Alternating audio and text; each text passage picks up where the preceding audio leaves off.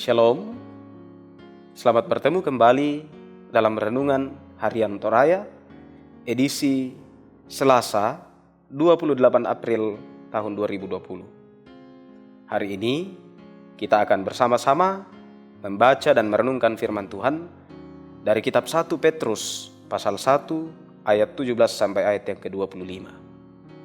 Kitab 1 Petrus pasal 1 ayat 17 sampai ayat yang ke-25. Mari Bapak Ibu, kita siapkan bacaan Alkitab kita untuk kita baca dan kita renungkan.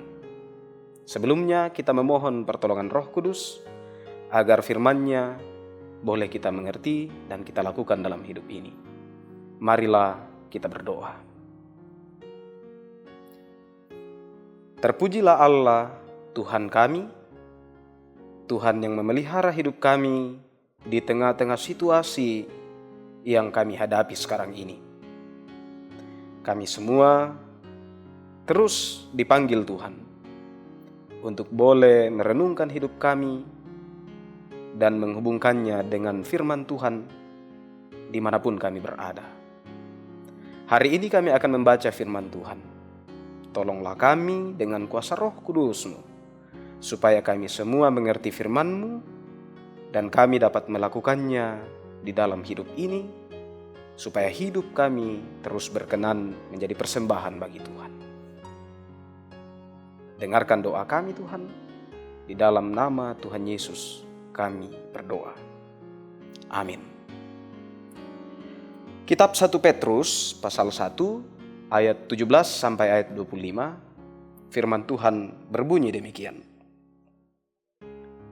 Dan jika kamu menyebutnya Bapa, yaitu Dia yang tanpa memandang muka menghakimi semua orang menurut perbuatannya, maka hendaklah kamu hidup dalam ketakutan selama kamu menumpang di dunia ini.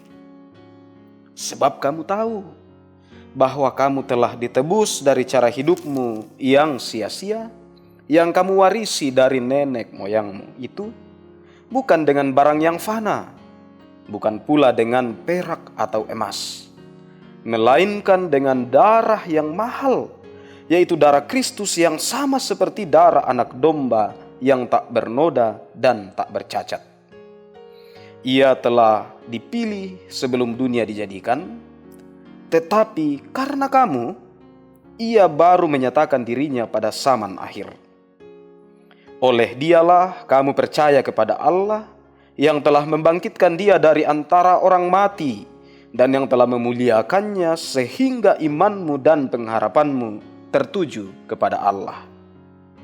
Karena kamu telah menyucikan dirimu oleh ketaatan kepada kebenaran, sehingga kamu dapat mengamalkan kasih persaudaraan yang tulus ikhlas. Hendaklah kamu bersungguh-sungguh saling mengasihi dengan segenap hatimu. Karena kamu telah dilahirkan kembali, bukan dari benih yang fana, tetapi dari benih yang tidak fana oleh firman Allah yang hidup dan yang kekal. Sebab semua yang hidup adalah seperti rumput, dan segala kemuliaannya seperti bunga rumput. Rumput menjadi kering dan bunga gugur, tetapi firman Tuhan tetap untuk selama-lamanya.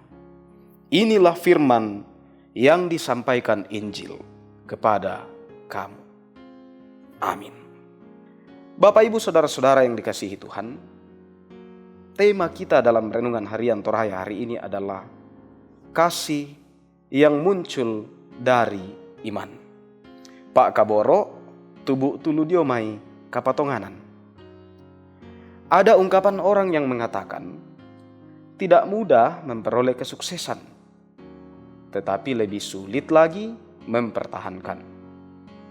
Mungkin lebih mudah menjadi Kristen, tetapi menjadi Kristen yang mengamalkan kasih persaudaraan mungkin sangat sulit.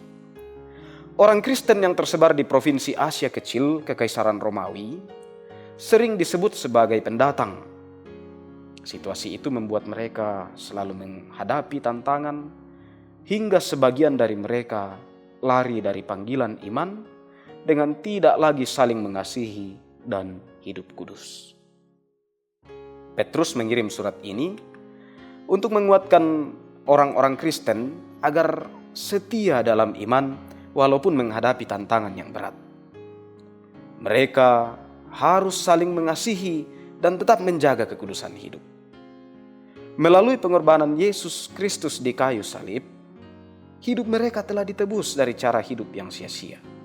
Untuk itu mereka harus mengamalkan kasih persaudaraan dengan tulus ikhlas. Kasih Kristus yang telah mengalir dalam hidup mereka harus mengalir pula dalam manifestasi yang nyata dalam kehidupan sehari-hari, yaitu saling mengasihi satu dengan lain dengan kasih yang tulus ikhlas. Sebagai orang Kristen, tidak adalah alasan bagi kita untuk mengatakan bahwa kasih Allah itu belum sempurna bagi kita. Karena untuk membuktikan betapa besar kasih-Nya kepada kita, tidak hanya berkat saja yang dianugerahkan kepada kita, namun anak-Nya yang tunggal pun Dia korbankan demi keselamatan kita. Hal yang perlu kita pertanyakan adalah, apakah yang telah kita korbankan untuk Tuhan selama kita mengenal-Nya? Sebenarnya, Allah tidak menuntut banyak hal dari kita. Allah menginginkan kita untuk setia mempertahankan jati diri, identitas, karakter kita sebagai pengikut Kristus, yaitu hidup dalam kasih persaudaraan. Amin. Kita berdoa. Tuhan Yesus, Allah yang baik, kami telah disapa oleh firman-Mu. Kami percaya bahwa Tuhan selalu menginginkan kami untuk hidup dalam ketulusan dan keikhlasan, menjaga jati diri, identitas dan karakter kami dalam hidup saling mengasihi sebagai saudara bersaudara. Terima kasih untuk firman-Mu hari ini Tuhan. Kami bersyukur boleh mendengarkan firman-Mu. Kiranya dalam situasi pencegahan COVID-19 ini, dalam rasa was-was dan rasa mawas diri kami juga tetap boleh mengamalkan iman kami melalui hidup saling mengasihi satu dengan yang lain dalam ketulusan dan keikhlasan. Tuhan tolong kami, biarlah firman-Mu dapat kami lakukan di dalam hidup ini. Sekiranya ya Tuhan, kami tidak mampu melakukan firman-Mu selama ini, mohon ampun untuk kami bisa menjalani hidup semakin lebih baik. Kami terus mendoakan ya Tuhan, perjuangan banyak orang, bahkan kami semua, dalam rangka memutuskan mata rantai penyebaran virus corona. Tuhan tolong berkati kami untuk menjaga diri sebaik mungkin, mendengarkan semua anjuran pemerintah.